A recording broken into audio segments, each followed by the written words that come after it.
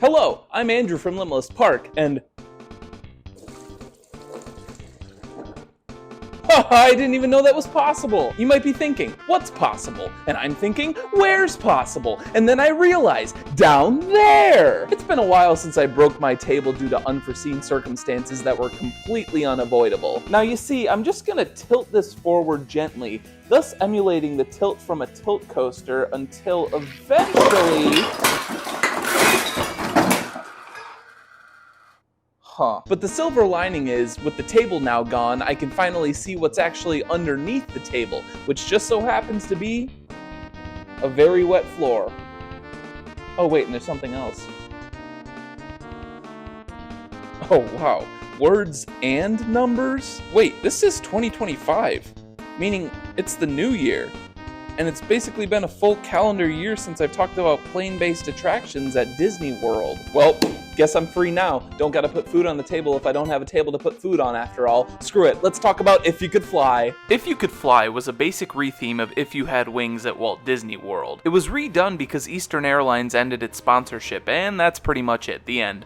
Wait, that's it?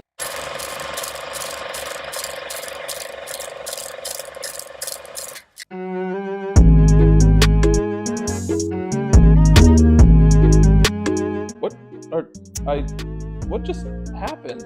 I can still hear the music. It's like ringing in my ear. Well, whatever that was, it's not that simple. If You Could Fly might be a quick and dirty change from If You Had Wings, but that doesn't mean we should just disregard it completely, so let's discuss it. I've already talked about how Eastern Airlines was dealing with some wacky financial troubles, which led to them withdrawing their sponsorship from If You Had Wings in 1987. Without a sponsorship, Disney could still operate the ride, but they couldn't simply leave the attraction as is. I mean, If You Had Wings was basically just a giant advertisement for an airline company disguised as a ride about advertising an airline company. Something had to change. Perhaps 2 words? Yep, that'll do the trick. After Eastern stopped sponsoring, the ride was closed on June 1st of 1987 to strip any mention of the company. Now, how long was it closed? Well, I'll give you a hint. The number of days is greater than 4, but less than 100,000. It was 5. The ride was closed for 5 days. It reopened as If You Could Fly on June 6, 1987. It was quite the turnaround, but what changed in those 5 days? Were the sets completely different? Did they use new footage in the speed tunnels? Or in the mirror room? Did they give the ride new music? Nothing, no, and yes. That was too many answers. What? You only asked 5 questions, but you gave 6 answers. Hey, here's a question. What's up? I hate you. That was a question? Oh, sorry, I need to adjust my tone there. Let me just try that again real quick. I hate you? Oh, yes? Yes. But you are me. I know I'm you! Why are you doing this wacky skit anyways? Don't you have that If You Could Fly attraction to talk about? There's nothing to talk about. The ride had no changes outside of the name, removing any Eastern Airlines sponsorship stuff, and the music. And even with the music, I'm not 100% sure it actually changed. Like, I keep looking it up and all I find is the original If You Had Wings song. It's like it doesn't even exist. Oh, it exists. I can listen to it right now on my iPod Nano. That's just Up, Up, and Away by the Fifth Dimension. Yeah, but it kind of sounds like it. Okay, where's my gun? Couch Andrew can't even take credit for that comparison to Up, Up, and Away anyways. I actually found it on a website called Walt Dated World, which isn't a dating website for people who like Walt Disney World. I know some of you losers were already gunning for that, but it's actually a Disney history website. And the site also doesn't sound sure what the hell the song even is. It does say the song had different lyrics too, but what those lyrics were, I have no idea. Thankfully, they do point out one more change in the form of flying birds painted on the exterior of the ride. These took the place of the Eastern Airlines logo and are a reference to the birds at the beginning of the ride, so that's pretty cool. Oh, thank God. I was about to freak out for a second. I just know I needed to talk about If You Could Fly, but it's extremely hard when there's really nothing to talk about. Well, if you're done talking about If You Could Fly, what else are you going to talk about? Are you seriously a recurring character? I mean, this was such a short episode, and you technically already ended the episode before, so you can't just end it again. What do you mean? Just go ahead, try to do one of your stupid endings you always do. They're not stupid. Okay, If You Could Fly closed on January 4th, 1989 to make way for another plane-based attraction called Delta Dreamflight. This was a much more substantial change that I'll cover in 2026 because apparently this is a yearly thing. Hopefully by then I'll have my table back because otherwise I don't know where I'm going to pour this white wine vinegar.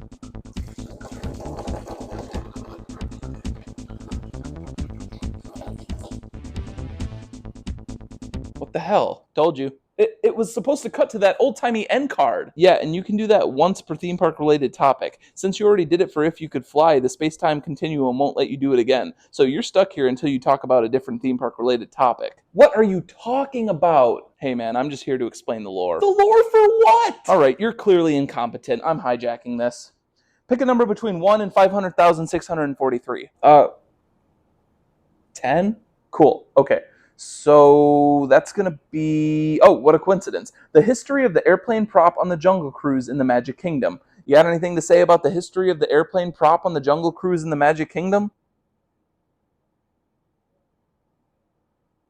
So this is what hell looks like. Okay, so lots of theme parks use vehicles as theming. I mean, what's better than being on a ride and passing by something else that you can ride in? There's cars, boats, spaceships, whatever that is, trucks, but perhaps the best vehicle used in theming is the airplane. Now, if you're not familiar with an airplane, well, might I suggest looking into a certain Disney ride that simulates exactly what those flying machines can do. But if you are, then allow me to share with you one of the coolest, most in-depth examples of a plane being used as theming. The Disney parks have had a few different airplane props. There's the Soarin' one, the Indiana Jones Stunt Show one, the one in the Lost River Delta at Tokyo Disney Sea. But have you ever seen this plane while riding the Jungle Cruise at the Magic Kingdom? It's called the Down Lockheed Electric 12A, and its in-ride history is pretty cool. It was basically flown in the 1930s and eventually crashed along the Nile River in 1938, and it was supposedly used for a company called Aero Casablanca for aerial tours. At least one of the survivors from the crash actually became a Jungle Cruise skipper too.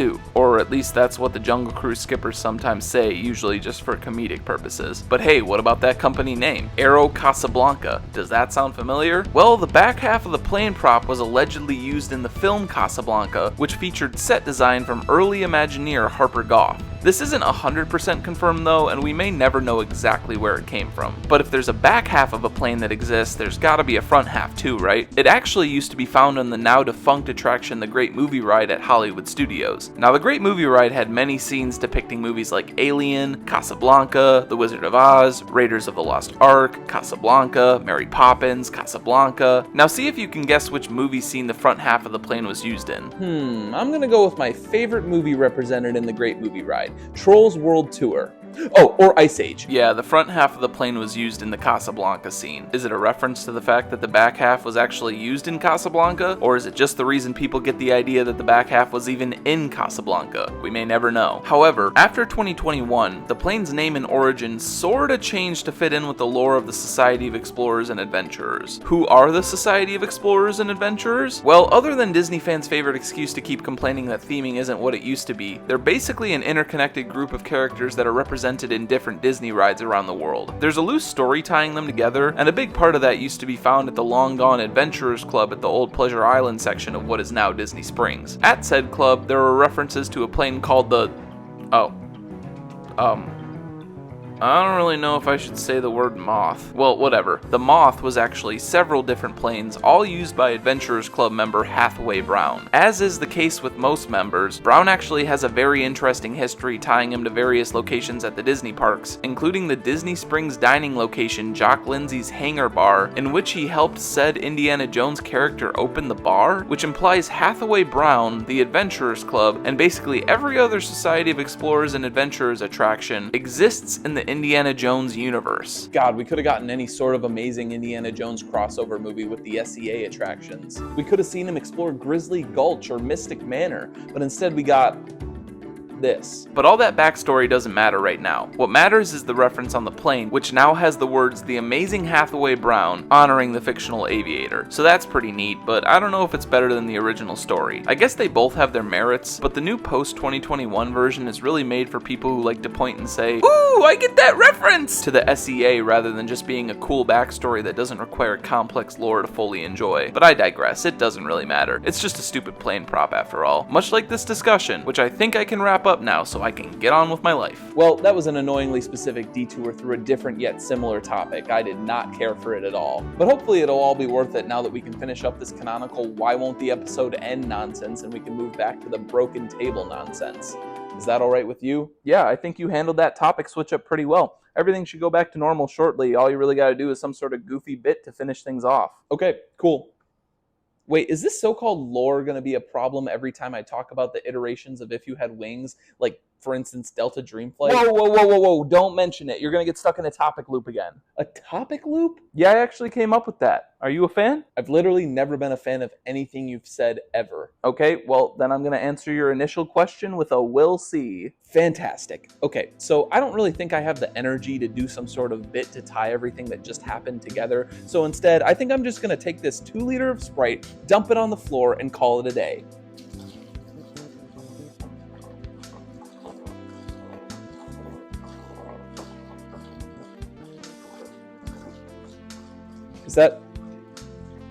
Is it going to end? Why isn't it ending?